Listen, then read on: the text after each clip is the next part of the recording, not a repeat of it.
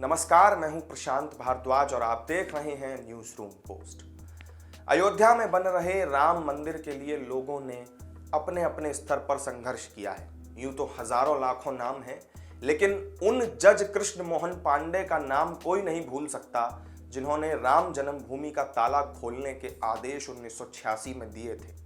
हिंदुओं को राम जन्मभूमि पर पूजा की इजाजत देने के इस एक फैसले के बाद उनके जीवन में भी जो उथल पुथल मची, उसका किसी को भी अंदाजा नहीं है। बताया जाता है कि हिंदुओं को पूजा करने की इजाजत देने के बाद उन्हें पाकिस्तान से तो धमकियां मिलती ही थीं, बल्कि अपने देश में भी उनके साथ अन्याय होना शुरू हो चुका था।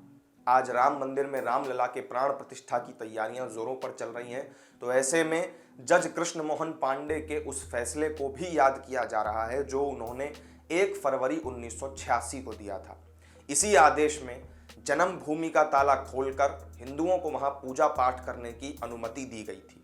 मीडिया संस्थान हिंदुस्तान की एक रिपोर्ट के मुताबिक केएम पांडे की बेटी मधु पांडे ने बताया कि उनके पिता लंबित मामलों के खिलाफ थे और इसीलिए उन्होंने इस मामले में सीधा फैसला सुनाया। वो किसी तरह के दबाव में नहीं थे।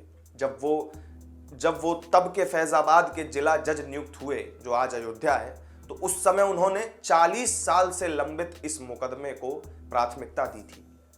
केएम पांडे की बेटी बताती हैं कि उनके पिता ने खुद गजेटियर से लेकर पुराने साक्ष्यों का 3 से 4 महीनों तक गहन अध्ययन किया था और फिर इसके बाद उन्होंने सारे सबूत, सारे साक्ष्य जुटाए थे। जब उन्हें कहीं ये बात नहीं मिली कि मंदिर का ताला आखिर क्यों बंद है, तो फिर उन्होंने 1 फरवरी 1986 को अपना वो ऐतिहासिक निर्णय दिया।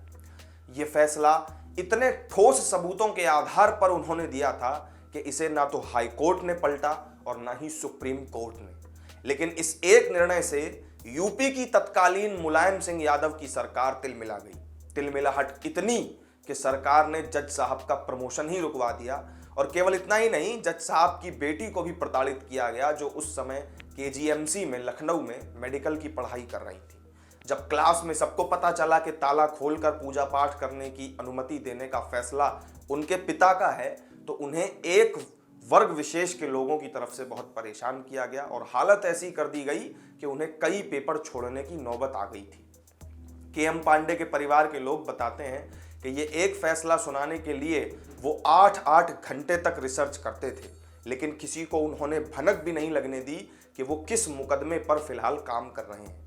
केएम पांडे को एक ज्योतिषी ने बताया था कि कुछ समय बाद उनका एक छोटे जिले में ट्रांसफर हो जाएगा, वो वहां जाने से मना न करें क्योंकि वहां से उन्हें प्रसिद्धि बहुत मिलेगी। जब केएम पांडे का ट्रांसफर फैजाबाद जिले में किया गया और उनके सामने अयोध्या का यह मामला आया, तो वो समझ गए कि यही वो केस है जिसके बारे में ज्योतिषी ने उन्हें बताया था। उन्होंने दिन रात मेहनत करके इस फैसले पर अपना निर्णय दिया। 1991 में लिखी अपनी आत्मकथा अंतरात्मा की आवाज में केएम पांडे ने लिखा है कि जिस दिन मैं उस ताले को खोलने का आदेश लिख रहा था, मेरे कोर्ट रूम की छत पर एक काला बंदर दिन भर झंडा स्तंभ पकड़ करके बैठा रहा। जो लोग इस फैसले को सुनने के लिए वहां आए हुए थे, वो उस बंदर को चना और मूंगफली दे रहे थे खाने के लिए, लेकिन मजे की बात है कि उसने कुछ भी नहीं खाया। वो चुपचाप झंडा पकड़कर लोगों को देखता रहा। वो मेरे आदेश देने के बाद वहां से चला गया। जब डीएम और एसएसपी मुझे घर ले जाने के लिए आए और मैं घर गया, तब फैसला सुनाते हुए मैंने देखा कि बंदर मेरे घर के बरामदे में बैठा है। मैं बड़ा हैरान हुआ। मैंने उसे प्रणाम किया क्योंकि मुझे लगा कि शायद जरूर ही ये कोई दिव्य शक्ति रही होगी। इसी फैसले के बाद जब केंद्र सरकार के पास हाई कोर्ट में प्रमोट करने वाले जजों की लिस्ट भेजी गई, तो कृष्ण मोहन पांडे के नाम के साथ मुलायम सिंह यादव ने भी अपना उस समय एक नोट लिखकर छोड़ा था। इस नोट में उन्होंने लिखा था कि पांडे जी बड़े सुलझे हुए, ईमानदार और कर्मठ जज हैं, लेकिन फिर भी 1986 में राम जन्मभूमि का ताला खुलवाने का आदेश देकर उन्होंने सांप्रदायिक तनाव की स्थिति पैदा की थी। इसीलिए मैं उनके नाम की सिफारिश नहीं करता। बस यही वो नोट था जिसकी वजह से केएम पांडे नामित तो हो गए, लेकिन प्रमोशन नहीं पा सके। बाद में फिर 13 जनवरी 1990 को विश्व हिंदू परिषद के अधिवक्ता और संघ के तत्कालीन महासचिव हरिशंकर जैन ने इस मामले में इलाहाबाद हाई कोर्ट में एक याचिका दाखिल की।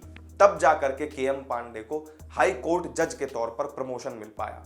याचिका में जस्टिस पांडे के प्रमोशन की मांग करते हुए कहा गया था कि यूपी सरकार ने 15 लोगों का नाम केंद्र सरकार को भेजा था, जिसमें मुख्यमंत्री का लिखा हुआ जो वो कथित नोट था वो भी लगा हुआ था। केंद्रीय कैबिनेट ने वो सूची विचार के लिए चीफ जस्टिस ऑफ इंडिया को भेजी थी। फिर सीजेआई ने उसमें से 7 नामों को मंजूरी दी, जिसमें जस्टिस के.एम. पांडे का नाम भी शामिल था। लेकिन केंद्रीय मंत्रिपरिषद उसने सीजेआई की तरफ से भेजी गई उस लिस्ट में मंजूर किए गए 7 नामों में से केवल 6 को नियुक्ति की मंजूरी दी और जस्टिस पांडे के नाम को उसमें से हटा दिया, यानी एक तरह से उनका प्रमोशन रोक लिया गया। बाद में फिर उनसे एक जूनियर जज आर.के. अग्रवाल थे, जिनको हाई कोर्ट में प्रमोट किया गया।